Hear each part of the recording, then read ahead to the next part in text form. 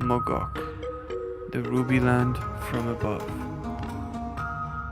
When you see the golden pagodas and antique houses surrounded by mighty mountains in the north of Mandalay, it seems as if they've been kept untouched for centuries.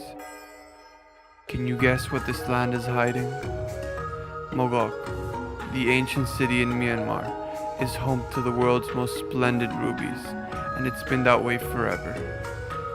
Red gemstones were first recorded in Burma in the 15th century, but it is believed that gemstone production began as early as the 6th century.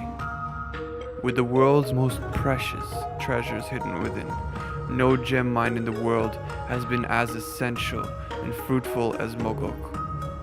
In 2018, Mogok celebrated its 800-year anniversary. Watching the ruby land through the eyes of a bird, we admire Mother Nature's love for beauty and creation. This legendary city of treasure is almost permanently closed to foreign visitors.